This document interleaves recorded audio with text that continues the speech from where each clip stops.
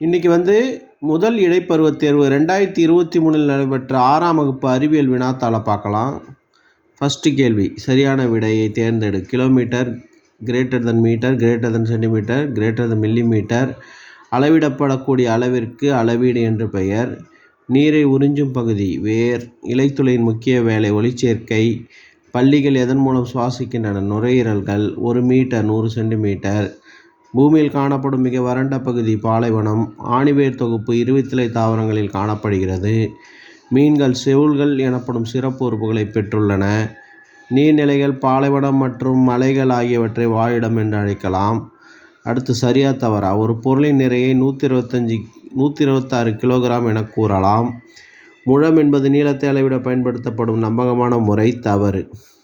நம்பகமான முறை இல்லை, மீட்டர் தான் வரும். வேர் முட்களாக மாற்றூறு அடைந்துள்ளது. தவறு.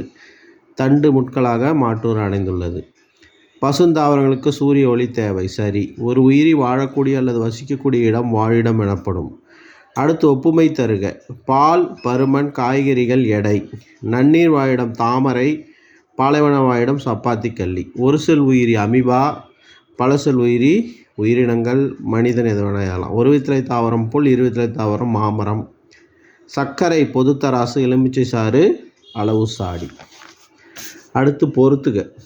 நீளத்தின் அலகு மீட்டர், கிலோ 10^3, ஒளிச்சேர்க்கை இலைகள், மலைகள் இமயமலை, அமீபா போலிக்கால்கள்.